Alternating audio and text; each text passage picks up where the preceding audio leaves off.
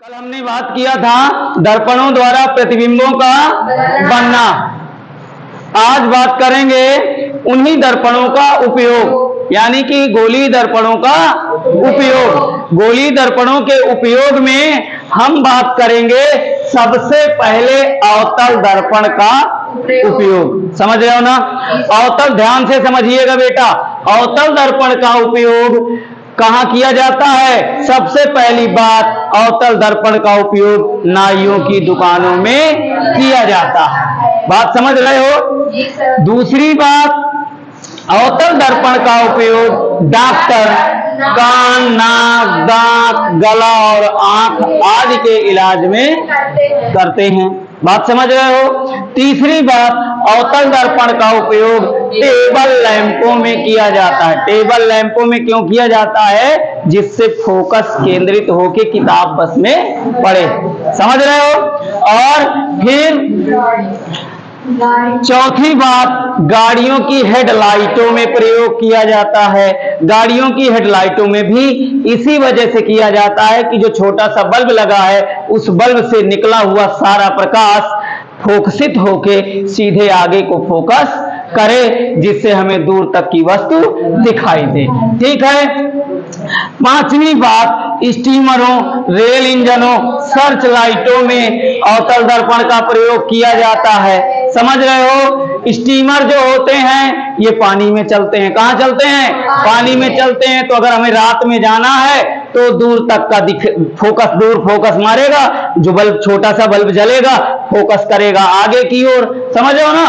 तो दूर तक का हमें दिखेगा कि आगे कोई, जल के आगे कोई छोटा सा पत्थर का टीला तो नहीं निकला है कि हम स्टीमर लेके जाएं, उसमें धड़ाक से लड़ा दें। समझ पा रहे हो बात कि नहीं? मगरमच्छ तो नहीं आ रहा उधर से कि चटक के आ जाए। बात समझ पा रहे हो कि नहीं? इस तरह के सब चीजों को देखने के लिए इनमें स्टीमर में क्या किया जाता है? यही फोकस बनाने के लिए कि दूर तक का हम देख लें, तो ये अवतल दर्पण का उपयोग किया जाता है। रेल इंजनों में, ट्रेन आप देखे हो ना, रेल तो देखे हो यार, रोज पटरी से जाते हो, बगल क्रॉस करके जाते हो कि नहीं? ऊपर सिंगल एक छोटी सी लाइट लगी होती है ट्रेन में, देखे हो कि नहीं? छोटी सी लाइट लगी होती है। वो छोटी सी लाइट को कभी रात में निकलते हुए तुम देखना कि वो यहाँ तो ट्रेन स्टेशन पे खड़ी रहती है ना, अब फोकस मारती है ब्रिज के ऊपर पार, मारती है कि नहीं मारती है? अब समझो कि तो उसमें क्या लगा है? अंदर अवतल दर्पण लगा है। किस लिए लगा है? जिससे फोकस दूर तक जाए। वो क्या करता है अवतल दर्पण? प्रकाश इकट्ठा करके भेजता है कि नहीं भेजता है?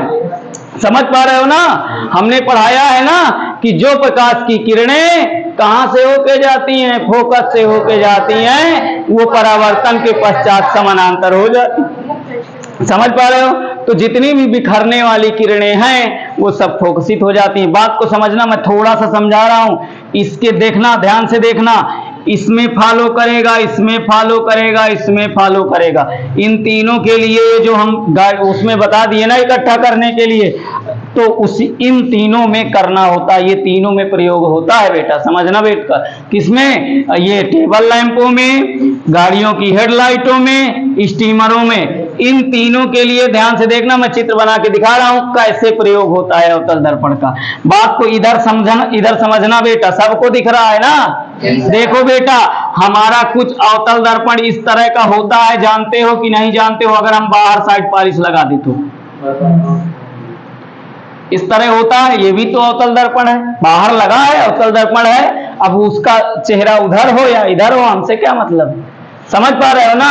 अब आपने देखा होगा कि बीच से, इधर से निकल के आपका बल्ब ऐसे लगा होता है, यहां पर बल्ब की नहीं लगा होता है, यहां पर फिलामेंट लगा होता है इस तरह। समझ पा रहे हो कि नहीं समझ पा रहे हो? इधर से तार जुड़ी रहती है, वो तो आप समझते ही हो। समझ रहे हो ना? अब बात को समझिएगा। आगे हमारा इस तरह का दर्पण है, ध्यान से देखिएगा बेटा, गौर से। जो समझ पाएगा वो क्लियर समझ जाएगा। ध्यान से देखना, इस बल्ब से जो इस तरह किरणें निकल रही हैं वो तो सीधे ही जाएंगी, जो इस तरह निकल रही हैं वो जा रही हैं, इस तरह खूब के निकल रही हैं कि नहीं निकल रही हैं? मेरी बात को गौर करते जाना। ये खूब के यहां से निकल रही है, देखो बहुत सारी किरणें इस तरह निकल रही हैं, ये निकल रही हैं, इधर भी इस तरह निकल रही हैं। समझना बात को। गौर करते रहना, निकल रही कि नहीं निकल रही। अब देखना यहां तक तो हमारा ये लगा है कि नहीं लगा। तो अब ये किरण यहां लड़ी और ये लड़ के ऐसे सिस्टम से बनाया जाता है कि ये लड़ के सीधे समानांतर हो जाए। समझ पा रहे हो, यहां से जो लड़े वो भी समानांतर हो जाए, यहां जो लड़े वो भी समानांतर हो जाए, यहां जो लड़े वो भी समानांतर हो जाए। ये परावर्तित हो जाए कि नहीं, उधर चिकना तल है उधर नहीं जाएगा। बात अब मेरी समझ पा रहे हो कि नहीं समझ पा रहे हो। इस तरह आप समझ गए हो कि नहीं समझ गए हो। ये इस तरह कंफर्म हुई बात। तो जो सीधे जा रही थी पहले से वो तो जा ही रही थी, और जो इधर उधर इस पार साइड आ रही थी वो भी मुड़ के कहां जाने लगी, सीधे जाने लगी, है ना। तो यहां जाने वाली किरणें ज्यादा ना हो गई, ज्यादा हो गई ना। इसीलिए गाड़ी की हेडलाइट जब आप जलती है तब आपको देखने को मिलता है कि आगे फोकस बन जाता है कि नहीं बन जाता, बनता है जमीन में फोकस कि नहीं बनता है, बनता है। कंफर्म हुई बात कि नहीं, क्लियर हो गई बात इतनी। तो इस तरह इनमें ये प्रयोग होता है।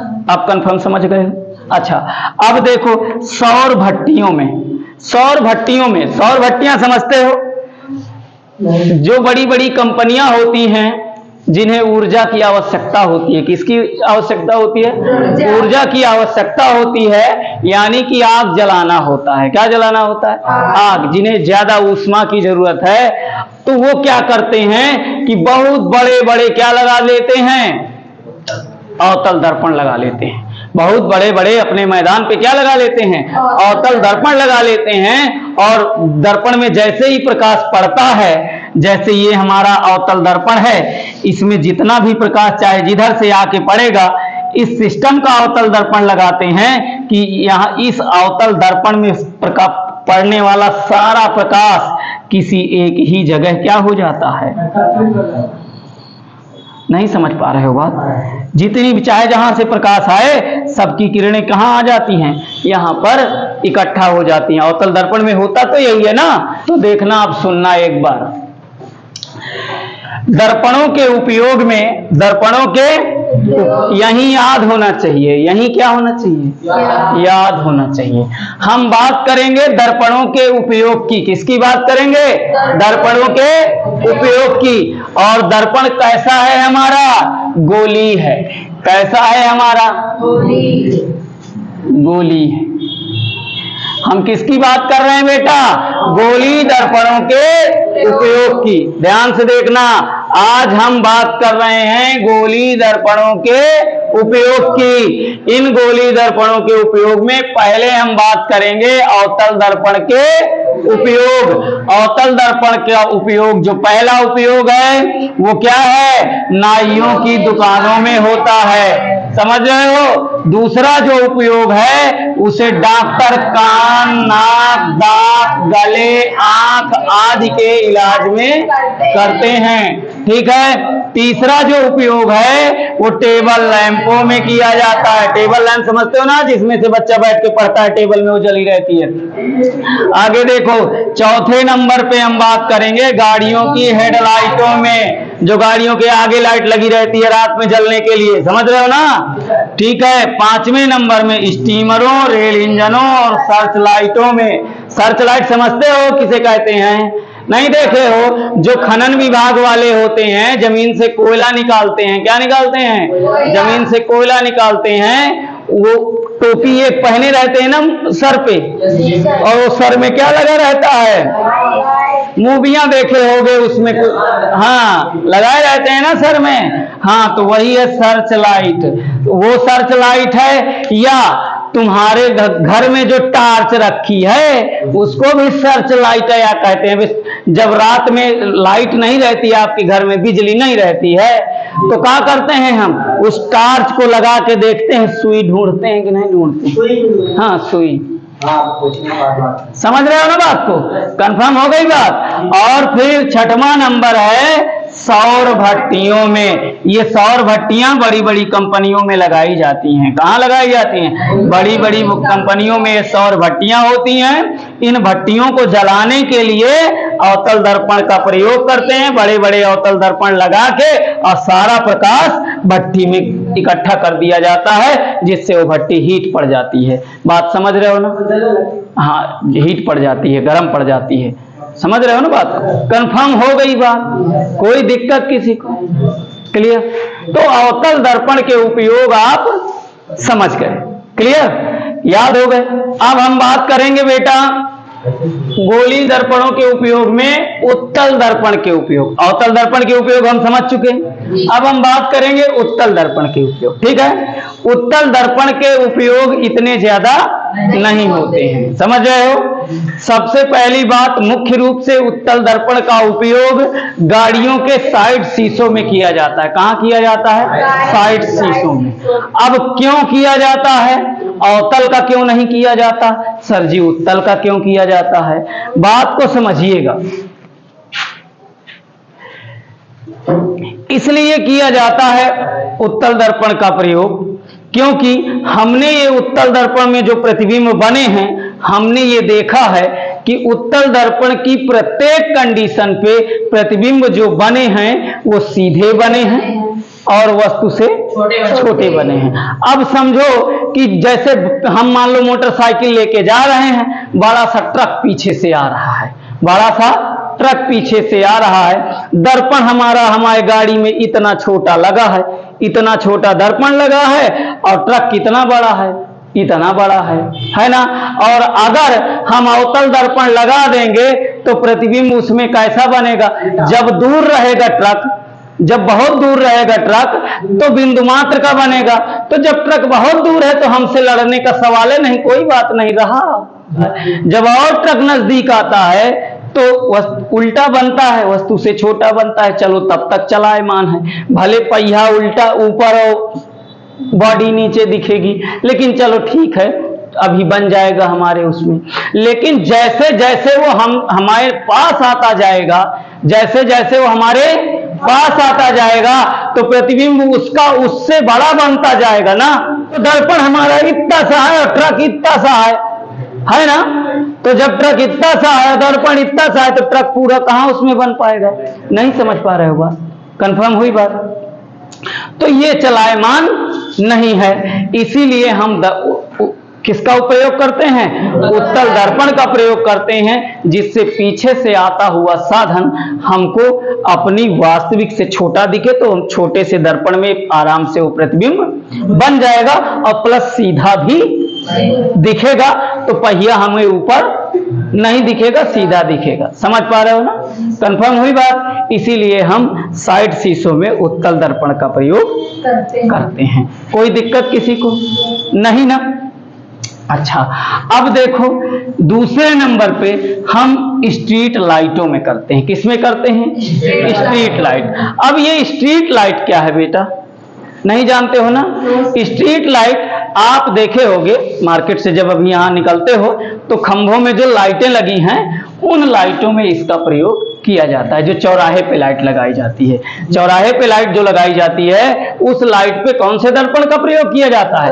उत्तल दर्पण का प्रयोग किया जाता है, ना कि अवतल। अवतल का कर देंगे अगर वहां पर तो एक साइड को प्रकाश फेंकेगा।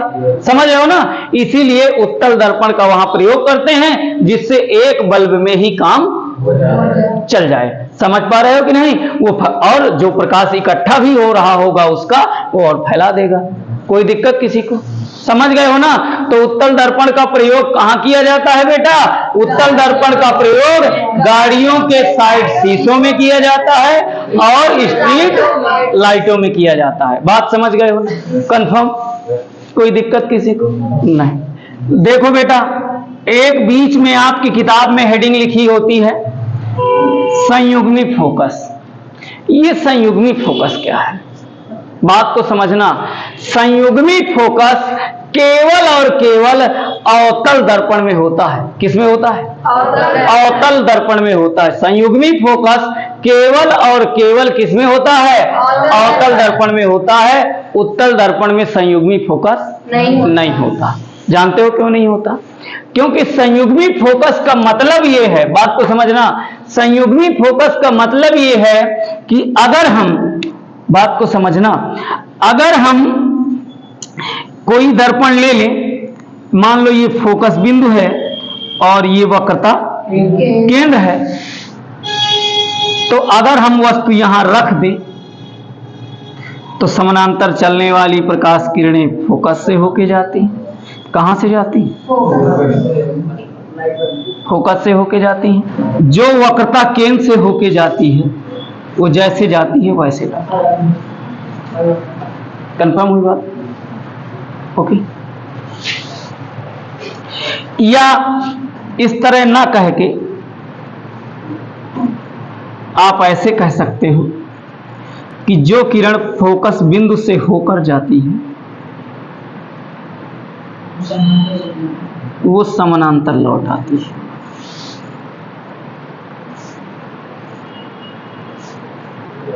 ओके।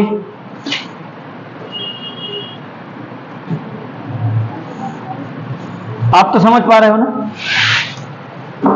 तो संयुग्मी फोकस कहते कि नहीं, गौर से समझिएगा। संयुग्मी फोकस अवतल दर्पण के मुख्य अक्ष पर स्थित ऐसे दो बिंदु होते हैं जिन पर एक बिंदु पर रखने पर वस्तु का प्रतिबिंब दूसरे बिंदु पर और उस बिंदु पर रखने पर वस्तु का प्रतिबिंब दूसरे बिंदु पर बनता। अब भी नहीं समझ पा रहे हो? अब फिर से मैं बताऊंगा, परेशान नहीं होना। कहने का मतलब, मेरी बात को समझना, अगर मैं वस्तु को इस जगह रखा दूं, वस्तु को इस जगह रखा दूं तो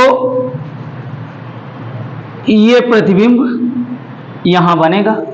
बनेगा कि नहीं बनेगा? किस बिंदु पर बन रहा है? इस बिंदु पर प्रतिबिंब बन रहा है। और इस बिंदु पर अगर हम इतनी छोटी वस्तु रखा दें तो इसका प्रतिबिंब यहां बनने लगे। नहीं समझ पा रहे हो बात? नहीं होता ऐसे। इतनी छोटी वस्तु रखा दे तो प्रतिबिंब बड़ा नहीं हो जाता? समझ लो ना? तो संयुग, इसका मतलब सीधा सा फंडा हमें ये निकल के आया कि संयुग्मी फोकस बिंदु कहां स्थित होते हैं? वक्रता केंद्र अनंत और वक्रता केंद्र और यफ के बीच स्थित होते हैं। समझ पा रहे हो ना बात? संयुग्मी फोकस कहां पर स्थित होते हैं? वक्रता केंद्र, एक बिंदु होता है वक्रता केंद्र और यफ के बीच, एक बिंदु होता है वक्रता केंद्र और, ठीक है। क्या कहेंगे? संयुग्मी फोकस अवतल दर्पण पर स्थित ऐसे दो बिंदु होते हैं जिनके एक बिंदु पर रखने पर वस्तु का प्रतिबिंब दूसरे बिंदु पर तथा दूसरे बिंदु पर वस्तु रखने पर प्रतिबिंब पहले बिंदु पर प्राप्त होता है। वो बिंदु संयुग्मी फोकस बिंदु कहलाते